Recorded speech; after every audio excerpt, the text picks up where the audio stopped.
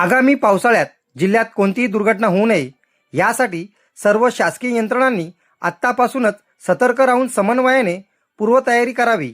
जिल्ह्याचा आपत्ती व्यवस्थापन आराखडा चोख असावा आणि आपत्कालीन स्थितीत तात्काळ मदतीसाठी आपदा मित्रांची संख्या वाढवावी असे निर्देश ठाण्याचे जिल्हाधिकारी तथा जिल्हा आपत्ती व्यवस्थापन प्राधिकरणाचे अध्यक्ष डॉक्टर श्रीकृष्ण पांचाळ यांनी दिले आहेत। जिल्हाधिकारी कार्यालयात आणि जिल्हा आपत्ती व्यवस्थापन प्राधिकरण ठाणे यांच्या संयुक्त विद्यमानाने आयोजित मान्सूनपूर्व तयारी आढावा बैठक 2026 समिती सभागृहात संपन्न झाली। त्याप्रसंगी ते बोलत होते। या बैठकीस जिल्हा परिषदेचे मुख्य कार्यकारी अधिकारी रणजित यादव, अप्पर जिल्हाधिकारी हरिचंद्र पाटील, निवासी उपजिल्हाधिकारी तथा जिल्हा आपत्ती व्यवस्थापन प्राधिकरणाचे मुख्य कार्यकारी अधिकारी डॉक्टर संदीप माने, उपजिल्हाधिकारी सर्जेराव मस्के पाटील, जिल्हा आपत्ती व्यवस्थापन अधिकारी डॉक्टर अनिता जवंजाळ यांच्यासह विविध विभागाचे अधिकारी वरिष्ठ अधिकारी उपस्थित होते। यावेळी बोलताना ते म्हणाले की सार्वजनिक बांधकाम विभागाने पावसाळ्यापूर्वी जिल्ह्यातील सर्व धोकादायक पूल, साकाव आणि जुन्या इमारतींचे ऑडिट करावे। जलसंपदा विभागाने धरणाची प्रत्यक्ष पाहणी करून तांत्रिक अहवाल सादर करावा।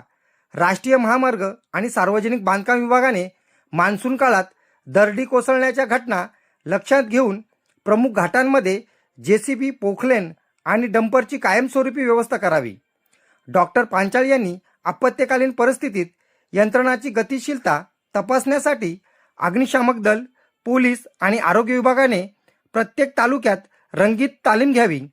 पावसाळ्यात उद्भवणाऱ्या साथीच्या रोगांचा प्रसार रोखण्यासाठी आरोग्य विभागाने औषध साठा आणि वैद्यकीय पथके सज्ज ठेवावीत अशा सूचना देऊन आपत्ती निवारणासाठी आवश्यक साधनसामुग्रीसाठी जिल्हा नियोजन समितीच्या निधीतून अनुदान उपलब्ध करून दिले जाईल असे स्पष्ट केले।